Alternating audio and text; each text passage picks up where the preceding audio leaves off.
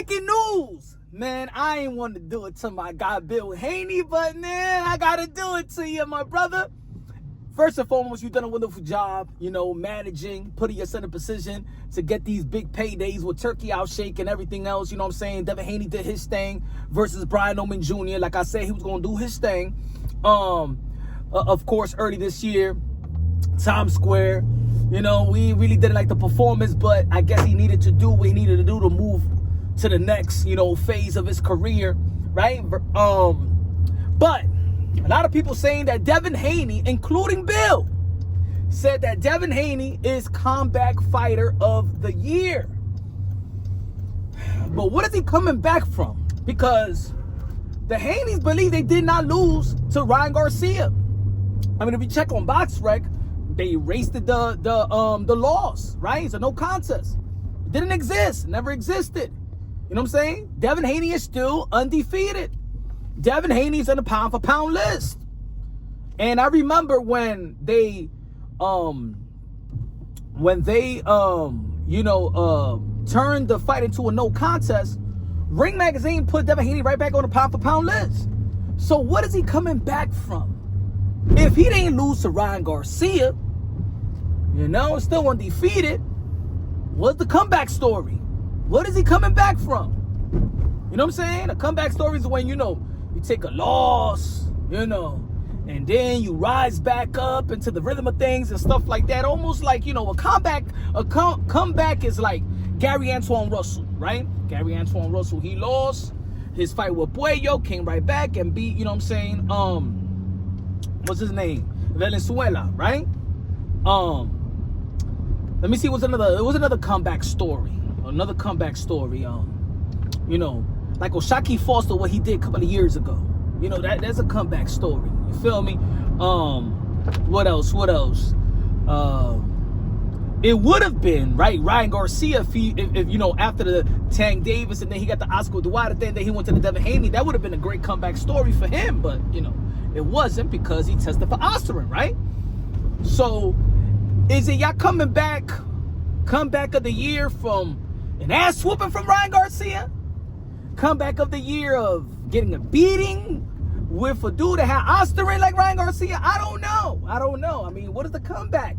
If you're still undefeated and y'all felt that y'all never lost to Ryan Garcia and the fight doesn't exist anymore and nobody took them off the pound for pound list. I think they took him off the pound for pound list. As a matter of fact, when they took Devin Haney out the pound for pound list was because of the way that he fought versus Jose Ramirez, not even the way that he lost versus Ryan Garcia when it was overturned, because even the Ring Magazine panel that vote people into the pound for pound list, they saw the same way, that it didn't exist. You didn't take a loss. There was no performance to judge. So, Billy Bill, you probably exposed yourself on this one, my brother. You probably exposed yourself. But I'm going to tell you like this. Bill, though, is, a manager of the year candidate. Let me tell you like this. If Bill Haney had another, just another fighter, right? Devin Haney and another fighter that he managed, and he would have been, and he would win too. He would be manager of the year consecutive years and stuff like that. But the thing is, Keith Connolly, I believe, is manager of the year because multiple fighters that's in position, that's winning and stuff like that. The Richardson Hitchens move. Richardson Hitchens became a world champion and he beat George Camboso this year. Where else? You got Devin the Dream. I mean, you got Teofimo Lopez that had a great outing versus Arnold Barbosa in the same card that Devin Haney. You know what I'm saying? Beat Jose Ramirez and Ryan Garcia lost. And look, he's putting in position to get, he locked the deal down in 2025 to get the Shakur Stevenson fight, right? Bill Haney is doing a great job with Devin Haney, and he's competing with other managers, and that's what I'm saying. That's why I give it to Keith Connolly this year. He did get Edgar Berlanga in position to fight a Shiraz main event after losing to Canelo Alvarez. That's a major manager move right there. Even though that Edgar Berlanga did get knocked out, but where he's putting his fighters, you know what I'm saying? You got to give him a lot of props on how he's moving his fighters and how he's getting the fighters opportunities. And that's what I mean. Like, you know, this guy got 2 world champions and, you know, in great fights. Let me know what y'all think, man. Let me know what y'all think. Who is manager of the year? Got to give Bill Haney a lot of credit. Also got to give a lot of credit in him in the corner as well.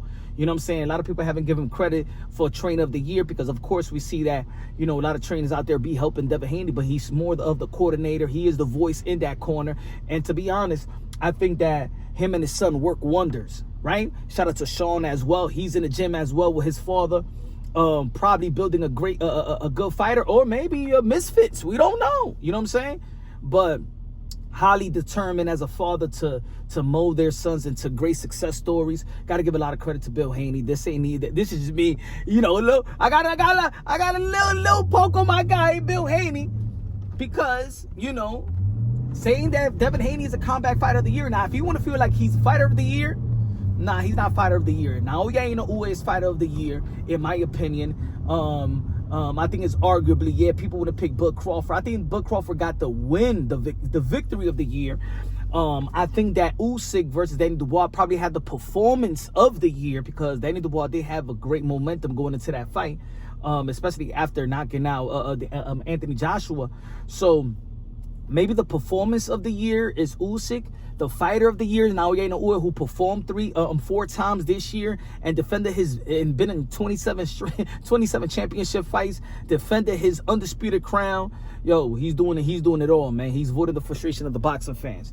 You know, those are the comeback fighter of the year. Now I got to question myself because I said that Devin Haney is comeback fighter of the year, but then I have to think, but I put him up there because I still have him as Ryan Garcia did beat Devin Haney, right? I'm not going with the Osterman. I think that skills pay the bills. But if people do want me, and let's say Bill want me to say no punch, that fight, my son is undefeated, that fight didn't count, then it's not a comeback story. He's not a comeback fighter of the year. He's not coming back from anything, really. He's just coming back from a break. So I will have to probably pick Gary Antoine Russell. Or if there's somebody out there, y'all let me know. You know? But yeah. I'm only putting Devin Haney comeback fighter of the year if people, you know, acknowledge that he got whooped by Ryan Garcia. But if he didn't get whooped, then he cannot be comeback fighter of the year. All right? Shout out to Devin Haney. He's been signing up to fight the best fights, right? We could have had him and Teofimo Lopez, but I believe that Teofimo Lopez, you know what? He played his cards. He played his cards right. You know what I'm saying? He held to his guns. He stood 10 toes down on what he believed. He wanted his $8 million, his 8-figure payday. And he's now gonna get his 8-figure payday versus Shakur Stevenson, in which a lot of people feel like Shakur Stevenson is probably a harder fight than Devin Haney.